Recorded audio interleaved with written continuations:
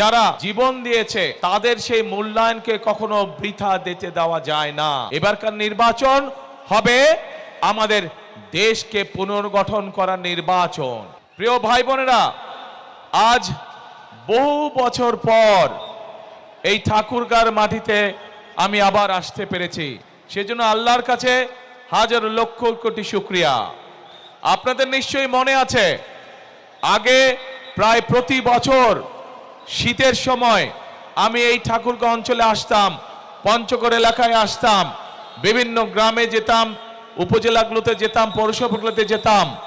দুস্থ মানুষ, বয়স্ক মুরব্বী যারা আছেন, মা বোনেরা ছিলেন, দুস্থ নারী যারা, তাদের জন্য শীতের সময় গরম কাপড় কম্বল নিয়ে আমরা হাজির হতাম এবং হাজার হাজার মানুষের কাছে চেষ্টা করতাম সেই গরম কাপড় পৌঁছে দিতে, যাতে তারা শীত থেকে নিজেদেরকে রক্ষা করতে পারেন।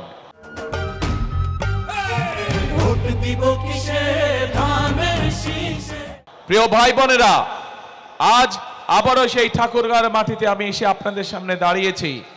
আজ এসেছি আপনাদের সামনে ভিন্ন একটি পরিস্থিতি বা ভিন্ন প্রেক্ষাপটে। প্রিয় ভাই বোনেরা, আগামী 12 তারিখে নির্বাচন, আগামী মাসে, এই মাসের 12 তারিখে নির্বাচন। এই নির্বাচনে বাংলাদেশের মানুষ তাদের যে অধিকার কেড়ে নেওয়া হয়েছিল সেই অধিকারের প্রয়োগ করবে বাংলাদেশের মানুষ।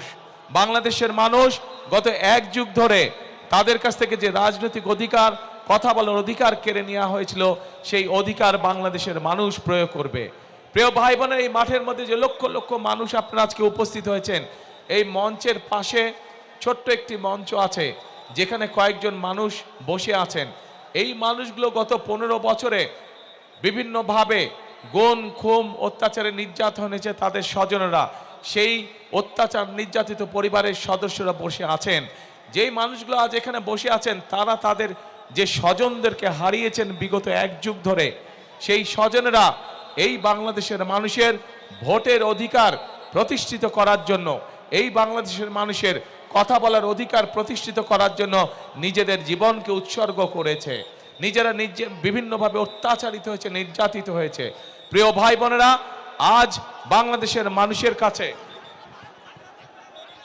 আজ বাংলাদেশের মানুষের সামনে সেই হারিয়ে যাওয়া যে অধিকার, সেই অধিকার প্রয়োগ করার সময় এসেছে। যারা জীবন দিয়েছে, যারা বিভিন্ন অত্যাচারিত নির্যাতিত হয়েছে, তাদের সেই মূল্যায়নকে কখনো বৃথা দিতে দেওয়া যায় না। এবং এইবারকার নির্বাচন শুধু দেশের জনপ্রতিনিধি নির্বাচিত করার নির্বাচন নয়, এবারকার নির্বাচন হবে আমাদের দেশকে পুনর্গঠন করার নির্বাচন। গত 1 যুগ ধরে বাংলাদেশের মানুষ তাদের যেমন রাজনৈতিক অধিকারকে প্রয়োগ করতে পারে নাই, তারা কথা বলার স্বাধীনতা পায় নাই, ঠিক একইভাবে বাংলাদেশের মানুষ তাদের অর্থনৈতিকভাবে প্রতিষ্ঠিত হওয়ার অধিকার থেকে অনেক পিছিয়ে গিয়েছে। দেশে সঠিক পরিমাণের আমাদের তরুণদের, যুবকদের যে কর্মসংস্থানের ব্যবস্থা হওয়ার দরকার ছিল, সেই ব্যবস্থা হয়নি। দেশের নারীদের, মা বোনদেরকে মূল্যায়ন করার জন্য তাদের যেই স্বাবলম্বী করে গড়ে তোলার কথা ছিল, সেইটি হয় নাই।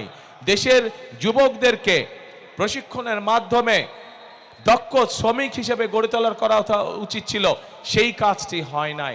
দেশের কৃষকদের অর্থনৈতিক মেরুদণ্ড সহযোগিতা করার জন্য, অর্থনৈতিকভাবে সহযোগিতা করার জন্য যেই সহযোগিতা করা উচিত ছিল, সেই কাজটিও করে নাই বিগত স্বৈরাচার সরকার।